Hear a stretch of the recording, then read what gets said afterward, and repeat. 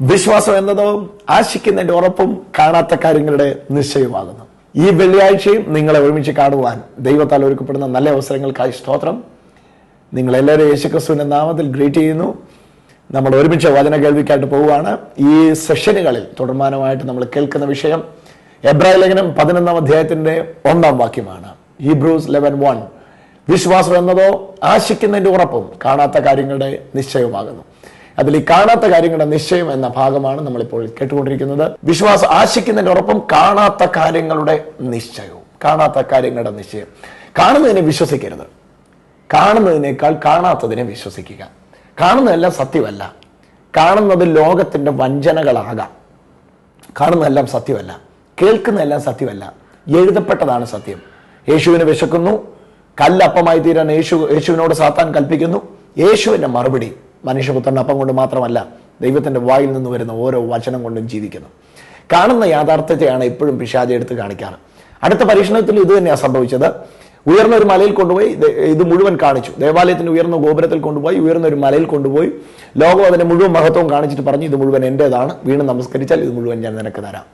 വചനം പറയുന്നു, ദൈവം ആകാശവും ഭൂമിയും സൃഷ്ടിച്ചു, ഭൂമിയും അതിന്റെ പൂർണ്ണതയും ഭൂതലം അതിലെ നിവാസികൾ യഹോവയ്ക്കുള്ളത്. ഇപ്പോൾ പിശാച് വന്ന് പറയുന്നു, ഈ കാണുന്നതെല്ലാം എന്റേതാണ്, എന്നെ വീണ് നമസ്കരിച്ചാൽ ഇത് മുഴുവൻ ഞാൻ നിനക്ക് തരാം. സാത്താന്റെ കള്ളവും യേശു എന്ന സത്യവും കേൾക്കുക.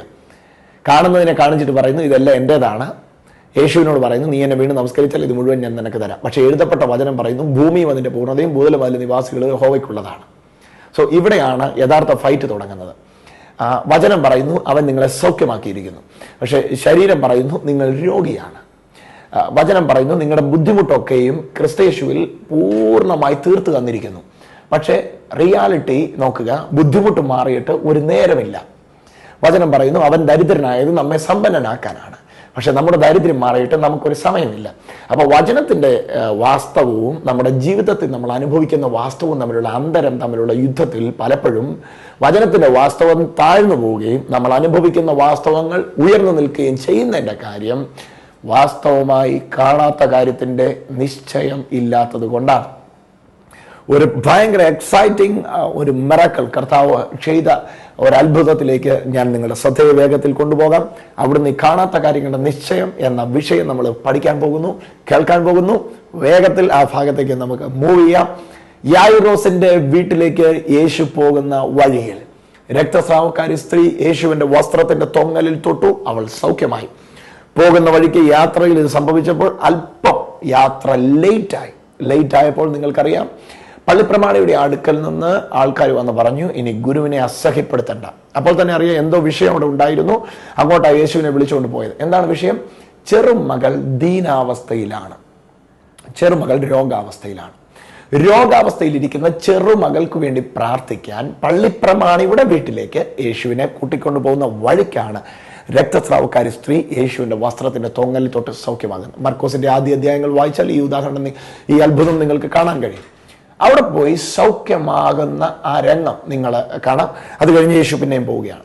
പള്ളിപ്രമാണിയുടെ വീട്ടിൽ നിന്ന് ആൾക്കാർ വന്നു. ആരാണ് ഈ വന്നവർ മരണമുറപ്പ് വരുത്തിയവരാണ്. ശ്രദ്ധിക്കുക, പള്ളിപ്രമാണിയുടെ വീട്ടിൽ നിന്ന് വന്നവർ മരണം ഉറപ്പ് വരുത്തിയവരാണ്. എന്ന് പറഞ്ഞാൽ കുഞ്ഞ് മരിച്ചു എന്ന് ഉറപ്പ് വരുത്തിയവരാണ്.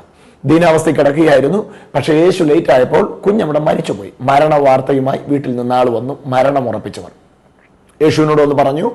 യേശു അടങ്ങുന്ന പുരുഷാരത്തോട് വന്ന് പറഞ്ഞു, പള്ളിപ്രമാണിയോട് പറഞ്ഞു, ഗുരുവിനെ അസഹ്യപ്പെടുത്തേണ്ട, ടൈം ഈസ് ഓവർ, കുഞ്ഞും മരിച്ചുപോയി.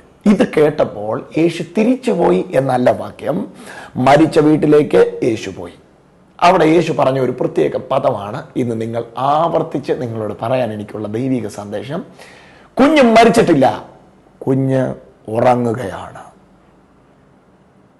ഹലോ, നിങ്ങൾ എന്നെ കേൾക്കുന്നത് ഞാൻ ചിന്തിക്കുന്നു. കുഞ്ഞ് മരിച്ചിട്ടില്ല, കുഞ്ഞ് ഉറങ്ങുകയാണ്. അല്ല കർത്താവേ, പെരുവിരൽ തമ്മിൽ കൂട്ടിക്കെട്ടി മൂക്കിൽ പഞ്ഞി തിരികെ കയറ്റി മരണം ഉറപ്പ് വരുത്തിയ ആളോടാണോ അവസാനത്തെ പൾസും പിടിച്ചു നോക്കി മരിച്ചു എന്ന് ഉറപ്പ് വരുത്തുന്നതിന് മുമ്പ് ഒരു ചെറിയ കുഞ്ഞ് മരിച്ചു എന്ന് ആരെങ്കിലും വന്ന് വാർത്ത പറയുമോ? ഇപ്പോൾ നോക്ക്, കൺമുമ്പിൽ കാണുന്ന വാസ്തവം, കുഞ്ഞ് മരിച്ചു എന്ന സത്യം. പക്ഷെ യേശു പറയുന്നു, കുഞ്ഞ് മരിച്ചിട്ടില്ല, കുഞ്ഞ് ഉറങ്ങുകയാണ്. ഇനിയാണ് നമ്മൾ യായിറോസിന്റെ വീട്ടിലേക്ക് ചെല്ലുന്നത്. കൂലിക്ക് കരയാൻ അവിടെ ആളുണ്ടായിരുന്നു. യെരൂശലേമിലെ യഹൂദന്റെ വീട്ടിൽ സാധാരണ മരണങ്ങൾ, വിലാപങ്ങൾ നടക്കുമ്പോൾ കൂലിക്ക് കരയാൻ ആളെ വിളിക്കുന്നത് സാധാരണമാണ്. നിങ്ങൾക്ക് വചന ചരിത്രം അറിയാമെങ്കിൽ അറിയാം. കൂലിക്ക് കരയാൻ ആളുണ്ടായിരുന്നു. അവിടെ കരച്ചിലും നിലവിളിയുമാണ്. അപ്പനും അമ്മയും വീട്ടുകാരും നാട്ടുകാരും എല്ലാവരും കൂടെ കൂടിയിരുന്ന് കരയുന്നു. കുഞ്ഞാണ്, മരിച്ചുപോയി, പെൺകുട്ടിയാണ്. കുഞ്ഞ് ദീനാവസ്ഥയിൽ കിടക്കുമ്പോൾ കർത്താവിനെ വിളിച്ചതാണ്. പക്ഷെ കുഞ്ഞിപ്പം മരിച്ചു കിടക്കുകയാണ്. ഇപ്പം 2 വാസ്തവങ്ങൾ വീട്ടിലേക്ക് നടന്നെടുക്കുകയാണ്. ഒന്ന്, മരണമെന്ന ലോകത്തിന്റെ സത്യം, കൺമുമ്പിൽ കാണുന്ന സത്യം, തൊട്ട് കണ്ട് അടുത്ത് അറിഞ്ഞ് എല്ലാവരും ഉറപ്പിച്ചിരിക്കുന്ന സത്യവാസ്തവം. ആ വീട്ടിൽ തടിച്ചുകൂടിയിരിക്കുന്ന വലിയ പുരുഷാരം മുഴുവൻ വിശ്വസിച്ചിരിക്കുന്നു ഈ കുഞ്ഞ് മരിച്ചു കിടക്കുന്നു. പക്ഷെ ഈ വരുന്ന ഒരാളും മാത്രം അവിശ്വസിക്കുന്നു. കാണുന്ന മരണത്തെക്കാൾ ഈ വരുന്ന ഒരാളും മാത്രം പറയുന്നു കുഞ്ഞ് ഉറങ്ങുകയാണ്, മരിച്ചിട്ടില്ല. അവിടെ തടിച്ചു കൂടിയിരിക്കുന്ന 100 കണക്കിന് ആൾക്കാർ പറയുന്നു കുഞ്ഞ് മരിച്ചു. വിലാപയാത്രയ്ക്ക് ആൾക്കാർ ഒരുങ്ങുന്നു. കരച്ചിൽ അവിടെ നടക്കുന്നു. മരണം ഉറപ്പ് വരുത്തിയിരിക്കുന്നു. യേശു പറയുന്നു ഇല്ല, കുഞ്ഞ് മരിച്ചിട്ടില്ല, കുഞ്ഞ് ഉറങ്ങുകയാണ്. ഇനി ഏതാ ജയിക്കുന്നതെന്ന് അറിഞ്ഞാൽ ഇന്ന് നിങ്ങൾ ജയിക്കും. മരണമെന്ന യാഥാർത്ഥ്യം വീടിനകത്ത് ഭരണം നടത്തുമ്പോഴാണ് കാണാത്ത കാര്യത്തിന്റെ ഉറപ്പുമായി ഒരു മനുഷ്യൻ വീടിനകത്ത് കാലിയവിട്ടിയത്. ഈ മനുഷ്യന് വിശ്വസിക്കാൻ തയ്യാറല്ല കുഞ്ഞ് മരിച്ചു എന്നുള്ളത്. എന്ത് സംഭവിച്ചെന്നറിയാമോ? മരിച്ച കുഞ്ഞിനെ അടക്കാൻ എല്ലാവരും പദ്ധതി ഒരുക്കുമ്പം യേശു ചെന്ന് കാര്യം ഇല്ലാതെ കരയുന്നവരെ ആദ്യമേ കർത്താവ് പുറത്താക്കി. യേശു 3 പത്രോസ്, യാക്കോബ്, യോഹന്നാൻ 3 ശിഷ്യന്മാരുമായി അകത്ത് കയറി. മാതാപിതാക്കളോടുകൂടി അകത്ത് കയറി. കരയുന്നവരെല്ലാം പുറത്തു നിൽക്കുന്നു. മരിച്ചു എന്ന് വിശ്വസിക്കുന്നവരെല്ലാം പുറത്തു നിൽക്കുന്നു. ജീവിക്കുന്നു എന്ന് വിശ്വസിക്കുന്ന, കാണാത്ത കാര്യത്തിന്റെ ഉറപ്പ് പ്രാപിച്ച ഒരു യേശുവും കൂടെ 3 ശിഷ്യന്മാരും അപ്പനും അമ്മയും അകത്ത് നിൽക്കുന്നു. ഇപ്പോഴിതാ നിങ്ങൾ അങ്ങോട്ട് ഇറങ്ങുക ആ വീട്ടിലേക്ക്. 2 യുദ്ധങ്ങൾ അവിടെ തുടങ്ങും. ഒന്ന്, കൺമുമ്പിലെ യാഥാർത്ഥ്യം. 2, വചനം എന്ന യാഥാർത്ഥ്യം. വചനം യേശു വിളിച്ചു പറഞ്ഞു കുഞ്ഞ് മരിച്ചിട്ടില്ല, ഉറങ്ങുന്നു. ഏത് ജയിക്കും, ഏത് തോൽക്കും? 2 മിനിറ്റ് കഴിഞ്ഞില്ല, ഉറങ്ങിയ കുഞ്ഞിനെ തട്ടി വിളിക്കുന്ന പോലെ യേശു പറഞ്ഞു തദില കുമി, ബാലിക എഴുന്നേൽക്കാം. 8 വർഷം കഴിഞ്ഞ് 8 മാസം കഴിഞ്ഞ് ബാലിക പകുതി എഴുന്നേറ്റു എന്നല്ല വാക്യം. നിങ്ങൾ വായിച്ചാലറിയാം. ബാലിക ക്ഷണത്തിൽ എഴുന്നേറ്റു. അവൾക്ക് ഭക്ഷണം കൊടുക്കാൻ മാതാപിതാക്കളോട് യേശു പറഞ്ഞു. ഓസം! ഇതെന്നെ അതിശയിപ്പിക്കുന്നു. ഞാനത് പറയുമ്പോൾ ഇതിൻ്റെ ആ ശക്തി നിങ്ങളിലേക്ക് വ്യാപരിക്കുന്നു എന്ന് ഞാൻ അറിയുന്നു. നോക്ക്, മരണം വഴിമാറി. മരണം വിളിച്ചു പറയുന്നു ഇവൻ വിശ്വസിക്കുന്നില്ല ഞാൻ മരണമാണ്, അതുകൊണ്ട് ഇവൻ്റെ മേളിൽ എനിക്ക് അധികാരമില്ല. യേശുവിൻ്റെ നാമം എവിടെ ചലിച്ചോ, യേശു എന്ന വാസ്തവം, യേശുവിനെ കുറിച്ചുള്ള ഉറപ്പ്, വിശ്വാസത്തിൻ്റെ നായകൻ അവിടെ പോയി അത് ചെയ്തിട്ട് കൂടെ നിൽക്കുന്ന എന്നോടും നിന്നോടും പറയാ പോയി ചെയ്യ സെയിം തിങ്. ഇപ്പം ചെയ്തു, അത്ഭുതം പ്രാപിച്ചു. എന്താ സംഭവിച്ചത്? കൺമുമ്പിൽ കണ്ടത്, കാണാത്ത കാര്യം, മരണമെന്ന യാഥാർത്ഥ്യത്തെ വിശ്വസിച്ചില്ല. സൗഖ്യം, ജീവൻ, ആരോഗ്യം എന്ന കാണാത്ത കാര്യത്തെ മരിച്ച ശരീരത്തിലേക്ക് വിശ്വസിച്ചു. ഇപ്പോഴെന്ത് സംഭവിച്ചു? മരണമെന്ന യാഥാർത്ഥ്യം പരാജയപ്പെട്ടു. കൺമുമ്പിൽ കണ്ട, ഉറപ്പുവരുത്തിയ മരണം തോറ്റു. കാണാത്ത ജീവൻ ജയിച്ചു. കുഞ്ഞെഴുന്നേറ്റ് നടക്കുന്നു, സ്വസ്ഥതയോടിരിക്കുന്നു. നിങ്ങൾക്ക് ഏകദേശം മനസ്സിലായി കാണും. ബിബ്ലിക്കൽ ഫെയ്ത്തിൻ്റെ ഹയർ റലം, ഉയർന്ന മേഖല നിങ്ങൾക്ക് ചിലർക്കെങ്കിലും മനസ്സിലായി കാണും. മറിയയുടെ വീട്ടിലോട്ടും കൂടെ ഒന്ന് പോകാം നമുക്ക്. മറിയയുടെ വീട് യേശുവിന് വളരെ പ്രിയപ്പെട്ട ഒരു വീടായിരുന്നു. അത് പ്രിയപ്പെട്ടതാകാൻ കാര്യം ആ വീട്ടിലെ ലാസറുമായി വളരെ അടുത്ത ബന്ധം യേശുവിനുണ്ട്. ആ ഭവനവുമായി യേശുവിന് അടുത്ത ബന്ധമുണ്ടായിരുന്നു. ലാസർ ദീനം പിടിച്ച് കിടക്കുകയായിരുന്നു. മരിക്കത്തക്ക ദീനമായിരുന്നത് കൊണ്ട് തന്നെ യേശുവിനെ അറിയിച്ചു കേട്ടോ. യേശുവിനെ അറിയിച്ചു. ഇത്ര പ്രിയപ്പെട്ട ആ വീട്ടിൽ യേശു ലേറ്റായിട്ടാണ് ചെന്നത്. കാരണം യേശുവിനെ അറിയാം എത്ര ലേറ്റായിട്ട് ചെന്നാലും ഇവർ തെറ്റിദ്ധരിക്കത്തില്ല. ചില വിഷയങ്ങൾ ലേറ്റ് ആകുമ്പോൾ കർത്താവിനറിയാം നീ യേശുവിനെ തെറ്റിദ്ധരിക്കത്തില്ല, അതുകൊണ്ടാണ് ചില വിഷയങ്ങൾ ലേറ്റ് ആകുന്നത്. എന്നാൽ സമയമാകുമ്പോൾ അവിടെ കർത്താവ് പ്രത്യക്ഷപ്പെട്ടു വരും. ലേറ്റ് ആകുന്നു എന്നതിൻ്റെ അർത്ഥം ഒരിക്കലും വരത്തില്ല എന്നല്ല. ലേറ്റ് ആകുന്നുവെങ്കിൽ അതിൻ്റെ അർത്ഥം ഏറ്റവും നല്ലത് സംഭവിക്കാൻ വേണ്ടിയാണ്. അത് ആരോടുള്ള പ്രവചനമാണ്. ലേറ്റ് ആകുന്നെങ്കിൽ ഓർക്കുക, വിശിഷ്ടമായത് സംഭവിക്കാൻ വേണ്ടിയാണ് ലേറ്റ് ആകുന്നത്. ലേറ്റായി വരുന്നതെല്ലാം ബെസ്റ്റായി വരുന്നതായിരിക്കും. കർത്താവ് പ്രവർത്തിച്ച് ലേറ്റായി വരുന്നതെല്ലാം ബെസ്റ്റായിട്ട് വരുന്നതായിരിക്കും. ദൈവം പ്രവർത്തിക്കുന്നത് ദൈവത്തിൻ്റെ തക്ക സമയത്തിലാണ്. ദൈവത്തിൻ്റെ സമയത്തെ വെറുതെ ദണ്ഡിപ്പിക്കരുതേ. ദൈവത്തെ നിങ്ങളാരും ദണ്ഡിപ്പിക്കരുതേ. ദൈവത്തിൻ്റെ പ്രവൃത്തികളെല്ലാം ദൈവത്തിൻ്റെ സമയത്ത് വരും. ദൈവം ഒരിക്കലും ലേറ്റ് ആകാറുമില്ല. ദൈവം ഒരിക്കലും സമയത്തിന് ശേഷവും വരാറില്ല, സമയത്തിന് മുമ്പും വരാറില്ല. ദൈവം എപ്പോഴും ഇൻ ഹിസ് ഡ്യൂ ടൈം, അവൻ്റെ തക്ക സമയത്തിലാണ് ദൈവം വരുന്നത്. യേശു വന്നു. ഈ വീട്ടിലൊരു വലിയ കരച്ചിൽ നടക്കുകയാണ്. എന്താണ് ഇവിടുത്തെ വിഷയം? ഇവിടുത്തെ വിഷയം ഒന്നേ ഉള്ളൂ. ഇവിടുത്തെ സഹോദരൻ മരിച്ചുപോയ സഹോദരൻ മരിച്ചുപോയതിൻ്റെ വാർത്ത അറിഞ്ഞു. 4-ാം ദിവസം യേശു അവിടെ വന്നു. 3 ദിവസം അതുവഴി ആത്മാക്കൾ ചുറ്റിക്കറങ്ങി നടക്കുമെന്നുള്ള യഹൂദന്റെ വിശ്വാസം അവിടെ ഉണ്ട്. 4 ദിവസമായി കഴിയുമ്പോൾ ഒരു സാധ്യതയില്ല, ചുറ്റിക്കറങ്ങി നടക്കുന്ന ആത്മാവെല്ലാം തിരിച്ചുപോയി എന്ന യഹൂദന്റെ വിശ്വാസം, ബൈബിൾ പറയുന്ന വിശ്വാസമല്ല. ഏതായാലും മരിച്ചു. യേശു മാർത്തയോടും മറിയോടും വീട്ടിൽ വന്ന് അടക്കെങ്ങനെ ഉണ്ടായിരുന്നു, എത്ര പേര് വന്നിട്ടുണ്ടായിരുന്നു, അടക്ക ശേഷം പെണ്ണും പഴവും കൊടുത്തോ, ഇതൊന്നും ചോദിക്കുന്നില്ല. കർത്താവ് മറിയോടും മാർത്തയോടും പറയുന്ന ഏക വാക്ക് എബ്രായ ലേഖനം 11:1 നമ്മൾ ഇന്ന് കേൾക്കുന്ന ഈ വിഷയമാണ്. വിശ്വസിച്ചാൽ നീ ദൈവത്തിന്റെ മഹത്വം കാണും. ആവർത്തിച്ച് ഈ പദം പറയുന്നു. എന്ത് വിശ്വസിക്കണം? മറിയുടെ വിശ്വാസം മറിയ യേശുവിനോട് പറഞ്ഞു, പുനരുത്ഥാന നാളിൽ നിന്റെ സഹോദരൻ ഉയർക്കുമെന്ന് ഞാൻ വിശ്വസിക്കുന്നു. യേശു കയറി പറയുന്നു, നോ, പുനരുത്ഥാന നാളിൽ ഉയർക്കുമെന്നല്ല, ഇപ്പം നീ കൺമുമ്പിൽ കാണുന്ന അടച്ച കല്ലറ, അഴുകിയ ശരീരം, ഇതൊന്നും നീ വിശ്വസിക്കരുത്. ഇതിനെല്ലാം അപ്പുറത്ത് നിന്റെ സഹോദരൻ ഇപ്പം എഴുന്നേറ്റ് നിന്റെ കൂടെ പന്തിയിലിരിക്കുമെന്ന് നീ വിശ്വസിക്കണം. വിശ്വസിക്കാൻ പറ്റുമോ ഇത്? എൻ്റെ സഹോദരനെ ഞാൻ കല്ലറയിൽ അടക്കിയിട്ട് ആ സഹോദരൻ എൻ്റെ കൂടെ പന്തിയിലിരിക്കുമെന്ന് യേശു വന്ന് പറഞ്ഞാൽ എനിക്ക് വിശ്വസിക്കാൻ കഴിയുമോ? ഇവിടെയാണ് വിശ്വാസത്തിൻ്റെ ഫൈറ്റ്, ഫെയ്ത്തിന്റെ റിയൽ ഫൈറ്റ്, വിശ്വാസത്തിന്റെ യഥാർത്ഥ യുദ്ധം എന്താണെന്നറിയുന്നത് ഇവിടെയാണ്. കാണുന്ന യാഥാർത്ഥ്യം അടച്ച കല്ലറ, കാണുന്ന യാഥാർത്ഥ്യം മരിച്ച സഹോദരൻ, കാണുന്ന യാഥാർത്ഥ്യം അഴുകി പുഴുകി തുടങ്ങിയ ശരീരം, ഇതെല്ലാം കാണുന്ന യാഥാർത്ഥ്യങ്ങളാണ്. പക്ഷെ ഇതിനെല്ലാം അപ്പുറത്ത് യേശു പറയുന്നു, ഇല്ല, സഹോദരൻ മരിച്ചിട്ടില്ല. ഇപ്പോൾ സഹോദരനെ എഴുന്നേൽപ്പിക്കാൻ പോവാ യേശു. My God. ഇനി ഈ നിൽക്കുന്ന വലിയ പുരുഷാരം, ഈ ലാസറിന്റെ സഹോദരിമാർ, ബഥാന്യ ദേശം മുഴുവൻ, ഇവരെല്ലാവരും വിശ്വസിക്കുന്നു ലാസർ മരിച്ച് നാറ്റം വെച്ചിരിക്കുകയാണ്. പക്ഷെ യേശു മാത്രം വിശ്വസിക്കുന്നു ലാസർ ഇപ്പോൾ ഉയർത്തെഴുന്നേൽക്കും. കൺമുമ്പിൽ കാണുന്ന യാഥാർത്ഥ്യം മരിച്ചു എന്നത്, പക്ഷേ കാണാത്ത കാര്യത്തിന്റെ നിശ്ചയം ലാസർ ഇപ്പോൾ പുറത്തു വരും. ഈ നിശ്ചയമായി കല്ലറയുടെ വാതിക്കലേക്ക് പോകുമ്പോഴെല്ലാം യേശു പറയുന്ന വാക്ക്, വിശ്വസിച്ചാൽ നീ ദൈവത്തിന്റെ മഹത്വം കാണും. വിശ്വസിച്ചാൽ നീ ദൈവത്തിന്റെ മഹത്വം കാണും. ആ പദത്തെ ഞാനൊന്ന് തൊട്ട് പറയാം. വിശ്വസിച്ചാൽ നീ ദൈവത്തിന്റെ മഹത്വം കാണുമെന്നുള്ളതിന്റെ അർത്ഥം, വിശ്വസിച്ചാൽ നീ ദൈവത്തിന്റെ വലുപ്പം കാണുമെന്നാണ്. ആവർത്തിക്കട്ടെ ഞാൻ ആ വാക്ക്. ഉറപ്പുണ്ടെങ്കിൽ, വിശ്വാസം എന്നുള്ളതിന് എബ്രായർ 11:1 നമ്മൾ കൊടുത്ത വാക്കിതാണ് ഉറപ്പുണ്ടെങ്കിൽ നീ ദൈവത്തിന്റെ വലുപ്പം കാണും. ദൈവത്തിന്റെ വലുപ്പത്തെ നിന്നിലേക്ക് വലിച്ചു കൊണ്ടുവരുന്നത് നിന്റെ ഉള്ളിൽ ദൈവത്തെ പറ്റിയുള്ള ഉറപ്പാണ്. മൈ ഗാഡ്, നിന്റെ ഉള്ളിൽ ദൈവത്തെ പറ്റിയുള്ള ഉറപ്പാണ് നിന്റെ ഉള്ളിലേക്ക് ദൈവത്തിന്റെ വലുപ്പത്തെ വലിച്ചു കൊണ്ടുവരുന്നത്. ഇന്ന് ദൈവത്തെ പറ്റി ഒരു ഉറപ്പുണ്ടോ? ദൈവത്തിന്റെ വലുപ്പം നിന്നിലേക്ക് വലിച്ചു കൊണ്ടുവരികയാണ് ആ ഉറപ്പ്. ദൈവം തൻ്റെ വലുപ്പത്തിൽ നിന്നിൽ പ്രത്യക്ഷപ്പെടാൻ ആഗ്രഹിക്കുന്നു. ദൈവം തൻ്റെ വലുപ്പത്തിൽ നമ്മിൽ പ്രത്യക്ഷപ്പെടാൻ ആഗ്രഹിക്കുന്നു. ദൈവം തൻ്റെ വലുപ്പത്തിൽ നമുക്ക് വേണ്ടി അത്ഭുതം ചെയ്യാൻ ആഗ്രഹിക്കുന്നു. പക്ഷെ അതിനു മുമ്പേ സാധാരണക്കാരനായി എൻ്റെ ഉറപ്പ് ദൈവം ചോദിച്ചുകൊണ്ടിരിക്കുക. വിശ്വാസം എന്നതോ ആശിക്കുന്നതിൻ്റെ ഉറപ്പും കാണാത്ത കാര്യങ്ങളുടെ നിശ്ചയമാണ്. ഇപ്പോഴിതാ ഉറപ്പുണ്ടെങ്കിൽ അടുത്ത വിശ്വാസത്തിന്റെ തലത്തിലേക്ക് കയറുകയാണ്, കല്ലുരുട്ടി മാറ്റുക പറഞ്ഞു. മറിയയും മാർത്തയും രണ്ടുപേരും പറയുന്നു, വേണ്ട, കല്ലുരുട്ടി മാറ്റിയ നാറ്റം വെക്കും. നീ കാണുന്നത് പറയുന്നു, ഞാൻ കാണാത്തത് പറയുന്നു. നീ കാണുന്നത് പറയുന്നു. നീ അടക്കിയ സഹോദരന്റെ ശരീരം അഴുകി പുഴുകിയെന്ന് നീ കണ്ടു, അത് നീ പറഞ്ഞു വിശ്വസിക്കുന്നു. പക്ഷേ വിശ്വാസം എന്ന് പറഞ്ഞാൽ കാണാത്ത കാര്യങ്ങളുടെ നിശ്ചയമാണ്.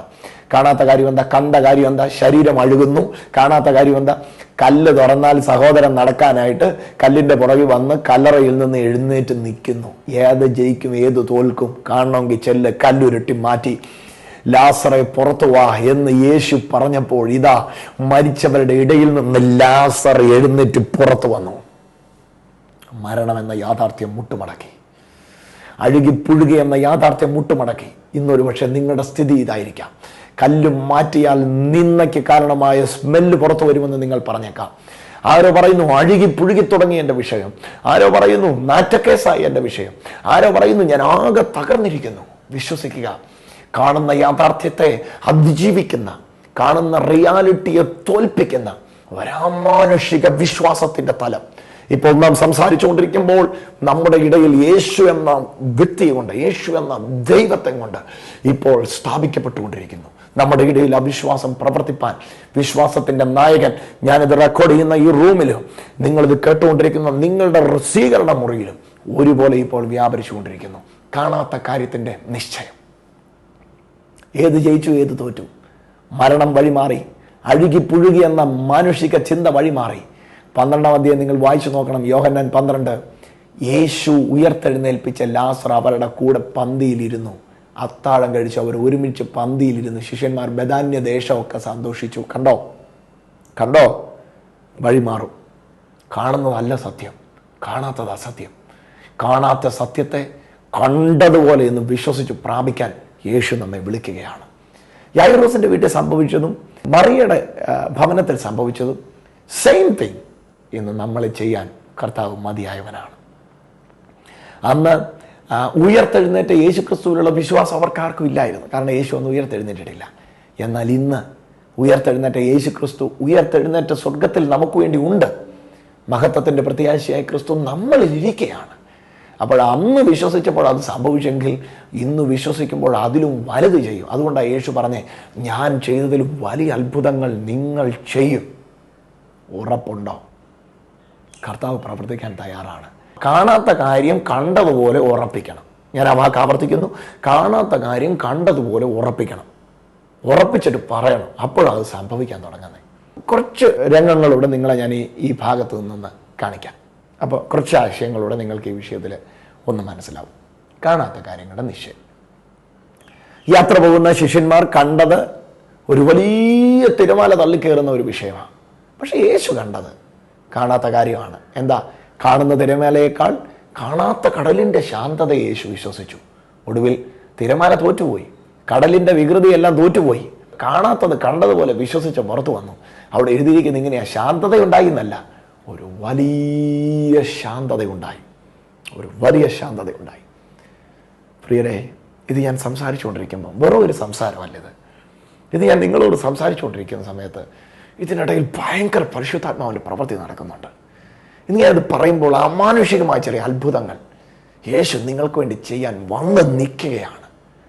കാണുന്ന ലോൺ, കാണുന്ന കടഭാരം പർവ്വത സമാനമായിട്ട് കൺമുമ്പിൽ ഇങ്ങനെ ഉയർന്നു നിന്നിട്ട് നിന്നെ ഇപ്പം വിഴുങ്ങുമെന്ന് പറയുമ്പം അതിനെ കണ്ടും മുഖവും വാടി താടിക്ക് കൈയും കൊടുത്ത് വിഷാദിച്ച് ദുഃഖാർത്ഥനായി ഇരിക്കാതെ വായി തുറന്ന് പറ, കടം ഞാൻ അനുഭവിക്കുന്നുണ്ട്, പക്ഷെ ഞാനതിനെ വിശ്വസിക്കാൻ തയ്യാറല്ല. അതിലുപരി എൻ്റെ കടഭാരത്തിൽ നിന്ന് എന്നെ വിടുവിക്കുന്ന കർത്താവിനെ ഞാൻ വിശ്വസിക്കുന്നു. പറയാൻ തയ്യാറായാട്ടെ. ഇന്ന് ഈ പ്രത്യേക സെഷനിൽ ഞാൻ നിങ്ങളെ ചിലരെ ഈ പറയാൻ വേണ്ടി ആഹ്വാനം ചെയ്യുകയാണ്. ഞാൻ എത്ര സമയം ഇത് പറഞ്ഞാലും നിങ്ങൾക്കിത് നിങ്ങളുടെ നാവിലൂടെ നിങ്ങൾ കാണാത്ത കാര്യത്തെ വിളിച്ച് പറയാത്തത്രയും കാലം കാണാത്ത കാര്യങ്ങൾ പ്ലേസ്ഡ് ആകത്തില്ല, കാണാത്ത കാര്യങ്ങൾ സംഭവിക്കുകയില്ല. കാണുന്നതിനെ വിശ്വസിക്കരുത്. കാണാത്ത കാര്യത്തിലേക്ക് പോകണമെങ്കിൽ കാണുന്നതിനെ വിശ്വസിക്കരുത്. യായിറോസിന്റെ വീട്ടിൽ മരിച്ച കുഞ്ഞെ കണ്ടതാ, പക്ഷെ വിശ്വസിച്ചില്ല. കല്ല് ഉരുട്ടി വെച്ചത് യേശു കണ്ടതാ, പക്ഷെ വിശ്വസിച്ചില്ല. പച്ച വെള്ളമാ, അത് കണ്ടതാ, പക്ഷെ വിശ്വസിച്ചില്ല. എന്തോ സംഭവിച്ചു? വലിയ ശാന്തത ഉണ്ടായി. കർത്താവ് ചെയ്ത ഓരോ അത്ഭുതങ്ങൾ നിങ്ങൾ പഠിച്ചു നോക്കാം. വരണ്ട കൈയുള്ള ഒരു മനുഷ്യനെ യേശുവിൻ്റെ അടുക്കൽ കൊണ്ടുവന്നു. ശബത്ത് നാളിലാണ് കൊണ്ടുവന്നത്. അവനെ സൗഖ്യമാക്കുമെന്ന് അറിയാൻ വേണ്ടി കൊണ്ടുവന്ന പരീക്ഷകൻ പരീക്ഷിച്ച് കൊണ്ടുവന്നതാണ്. പക്ഷെ അവിടെ എഴുതി വെച്ചിരിക്കുന്ന ഭാഗം നിങ്ങൾ ശ്രദ്ധിക്കുക. എന്താ സംഭവിച്ചത്? യേശു എല്ലാവരും കണ്ടുകൊണ്ടിരിക്കുമ്പം ആ വരണ്ട കയ്യിലോട്ട് യേശുവിൻ്റെ കൈ വെച്ചു. ക്ഷണത്തിൽ അവൻ്റെ വരണ്ട കൈ എന്ന കൺമുമ്പിൽ കണ്ട യാഥാർത്ഥ്യത്തെ യേശു അവിശ്വസിച്ചു. വരൾച്ചയില്ലാത്തൊരു കയ്യെ യേശു കാണാത്തതിനെ വിശ്വസിച്ചു. കാണാത്തത് പുറത്തു വന്നു. അവൻ്റെ കൈയുടെ വരൾച്ച മാറി, അവൻ സൗഖ്യമായി. കുഷ്ഠരോഗി യേശുവിൻ്റെ അടുക്കൽ കൊണ്ടുവന്നു.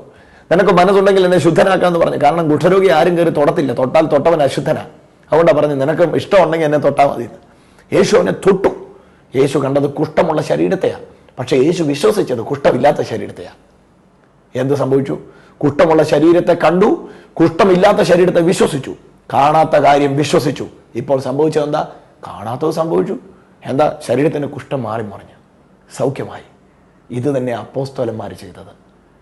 അവർ പ്രാർത്ഥനാ സ്ഥലത്തേക്ക് ചെല്ലുമ്പം കാല് വളഞ്ഞിരിക്കുന്നവനെയാണ് കണ്ടത്, നരിയാണി ഉറക്കാത്തവനെയാണ് കണ്ടത്. പക്ഷെ അവരെ ഉറപ്പിച്ചു. യേശു ചെയ്തു എന്ന് പറയുമ്പോൾ നിങ്ങൾ പറയും ദൈവപുത്രനല്ലേ, യേശുവിന് ചെയ്യാൻ കഴിയും. യേശുവിൻ്റെ ശിഷ്യന്മാരും ഇതേ അത്ഭുതമാണ് ചെയ്തത്. എന്താ സംഭവിച്ചേ? യേശുവിൻ്റെ നാമത്തിൽ നടന്നത് എന്താ? വായിച്ചു നോക്കിയാൽ നിങ്ങൾക്കറിയാം. ആ ഭാഗത്ത് യേശുവിൻ്റെ നാമത്തിൽ സംഭവിച്ചു അതവിടെ. കാണാത്ത കാര്യങ്ങളുടെ നിശ്ചയം. വിശ്വസിക്കാമെങ്കിൽ ഇപ്പോൾ നിങ്ങൾക്കത് സംഭവിക്കാനായി.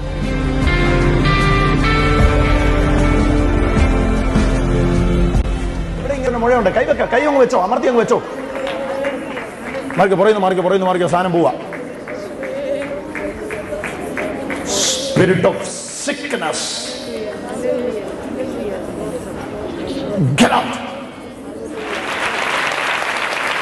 അടുത്തിരിക്കുന്ന ആള് തപ്പി നോക്കാം.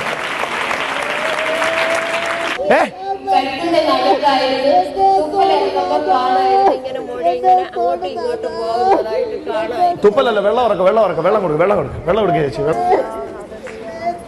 ആകുലങ്ങളില്ല, ആശങ്കകളിൽ. തട്ടി കയറുന്നുണ്ടോ ആ മുഴ?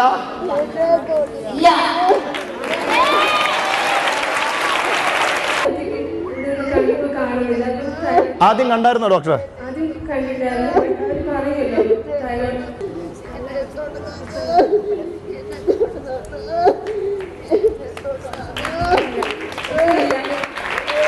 കാണാത്തതാണ് അവിടെ സംഭവിച്ചത്. കാണുന്ന കുഷ്ഠത്തെ വിശ്വസിക്കരുത്, കാണാത്ത സൗഖ്യത്തെ വിശ്വസിക്കുക. കുഷ്ഠം മാറും, അവിടെ സൗഖ്യം നടക്കും. നിന്റെ ശരീരത്തിൽ നിന്ന് കുഷ്ഠം ഇറങ്ങി മാറും. എപ്പോഴാണ്? അത് അവിശ്വസിക്കണം. ഏതിനെ? കുഷ്ഠം എന്ന രോഗത്തെ അവിശ്വസിക്കണം. സൗഖ്യം എന്ന ആ സത്യത്തെ വിശ്വസിക്കാൻ തയ്യാറാകണം. അപ്പോൾ അത് സംഭവിക്കും. പ്രിയ, ഇന്ന് എപ്പിസോഡിൽ എന്തൊക്കെയോ വലിയ കാര്യങ്ങൾ ഞാൻ പ്രതീക്ഷിക്കുന്നു. നിങ്ങൾക്ക് വിശ്വസിക്കാൻ കഴിയുമെങ്കിൽ നിങ്ങൾക്ക് വേണ്ടി കാണാത്തത് ചെയ്യാൻ യേശു വന്നിട്ടുണ്ട്. ഇന്ന് കൺമുമ്പിൽ കാണുന്നതിനേക്കാൾ കാണാത്തത് ചെയ്യാൻ യേശു വന്നിട്ടുണ്ട്. ഞാൻ നിങ്ങൾക്ക് വേണ്ടി പ്രാർത്ഥിക്കാൻ ആഗ്രഹിക്കുന്നു. വിശ്വസിക്കുക. പിതാവേ, അവിടുത്തെ പുത്രനായ യേശുവിൻ്റെ നാമത്തിൽ ഇപ്പോൾ ഞങ്ങൾ ഒരുമിച്ച് പ്രാർത്ഥിക്കുന്നു. പലരും പലതും കണ്ട് ഭയങ്കര ഭയത്തിന്റെ കീഴിൽ തന്നെ കേൾക്കുന്നത്. എന്നാൽ ഈ കാണിച്ച പിശാച് കൺമുമ്പിൽ പെരുപ്പിച്ച് കാണിച്ചതല്ലല്ലോ സത്യം. വചനത്തിൽ അവരെ പറ്റി എഴുതപ്പെട്ടതാണല്ലോ സത്യം. ആ സത്യത്തെ യേശുവിന്റെ നാമത്തിൽ അവർ പ്രാപിക്കട്ടെ. ഒരു തരത്തിലും അതിനെ ഇല്ലാതാക്കാൻ പിശാചിന് അധികാരമില്ല. ഇപ്പോൾ യേശുവിന്റെ നാമത്തിൽ ഇന്ന് പ്രത്യേകമായ നിലയിൽ ഒരു സൗഖ്യം നടക്കുന്നത് ഈ തോളിന്റെ പ്രശ്നങ്ങളിലാണ്. തോളിന്റെ, കൈയുടെ ഈ തോൾപ്പക്കത്ത് കൈ ഉയർത്താൻ കഴിയാത്തവർ, അതുപോലെ ഈ ഇവിടുത്തെ ഇത് ഡിസ്ക് തെന്നി മാറിയവർ, ഈ എല്ലിന് തേയ്മാനം സംഭവിച്ചവർ, ബക്കറ്റിലെ വെള്ളം പോലും ഉയർത്താൻ കഴിയാത്തവർ, ഒരു ജോലി ഒന്നും കൈകൊണ്ട് ചെയ്യാൻ കഴിയാത്തവർ, നിങ്ങൾ വിശ്വാസത്താൽ നിങ്ങളുടെ കൈയിലേക്ക് നിങ്ങളുടെ കൈ തന്നെ എടുത്തു വെക്കുക. വിശ്വാസത്താൽ എടുത്തു വെക്കുക. എന്നോട് ചേർന്ന് പറയുക, ഈ തോളിന്റെ വേദന എന്നുള്ള സാത്താന്റെ കള്ളമാണ്. ഇത് ഞാൻ വിശ്വസിക്കത്തില്ല. യേശുവിന്റെ സത്യം, ഞാൻ ഈ വേദനയിൽ നിന്ന് സൗഖ്യമായിരിക്കുന്നു എന്നുള്ളതാണ്. ആ സത്യത്തെ ഞാൻ വിശ്വസിക്കുന്നു എന്ന് പറ. ഇപ്പോഴവർ സൗഖ്യമായി മാറട്ടെ കർത്താവേ. അതുപോലെ തന്നെ ഇന്ന് ഈ പ്രത്യേക എപ്പിസോഡിൽ കർത്താവ് സൗഖ്യമാക്കുന്ന വേറൊരു കാറ്റഗറി ഈ മുട്ടിന്റെ പ്രശ്നങ്ങളാണ്. ഒരുപാട് സൗഖ്യങ്ങൾ നടക്കുന്നുണ്ട്. എനിക്ക് മനസ്സിലാകുന്ന കാര്യങ്ങളാണ് ഞാൻ വിളിച്ചു പറയുന്നത്. കാൽമുട്ടിന്റെ പ്രശ്നങ്ങൾ, കാൽമുട്ടിന്റെ ഈ ചിരട്ടയോട് ചേർന്ന ഈ കാൽമുട്ടിന്റെ പ്രശ്നങ്ങൾ, ആ മുട്ടിലോട്ട് കൈവെക്കുക. നിങ്ങളുടെ മുട്ട് മടക്കാൻ കഴിയില്ലായിരിക്കാം നിങ്ങൾക്ക്, പക്ഷേ ഇപ്പോൾ ആ മുട്ടിലോട്ട് കൈവെക്കുക. വിശ്വാസത്താൽ പറയുക, ഈ മുട്ട് മടക്കാൻ പറ്റുകയില്ല എന്നുള്ളത് സാത്താന്റെ കള്ളമാണ്. ഇതിനെ ഞാൻ വിശ്വസിക്കത്തില്ല. യേശുവിന്റെ നാമത്തിൽ ഞാൻ ആ സൗഖ്യത്തെ ഇപ്പോൾ സ്വീകരിക്കുകയാണ്. ആ സാത്താന്റെ കള്ളങ്ങൾ, ഇത് പ്രാർത്ഥിച്ചുകൊണ്ടിരിക്കുമ്പോൾ തന്നെ ഒരുപാട് സാത്താന്റെ കള്ളങ്ങൾ അഴിഞ്ഞു മാറിക്കൊണ്ടിരിക്കുന്നു.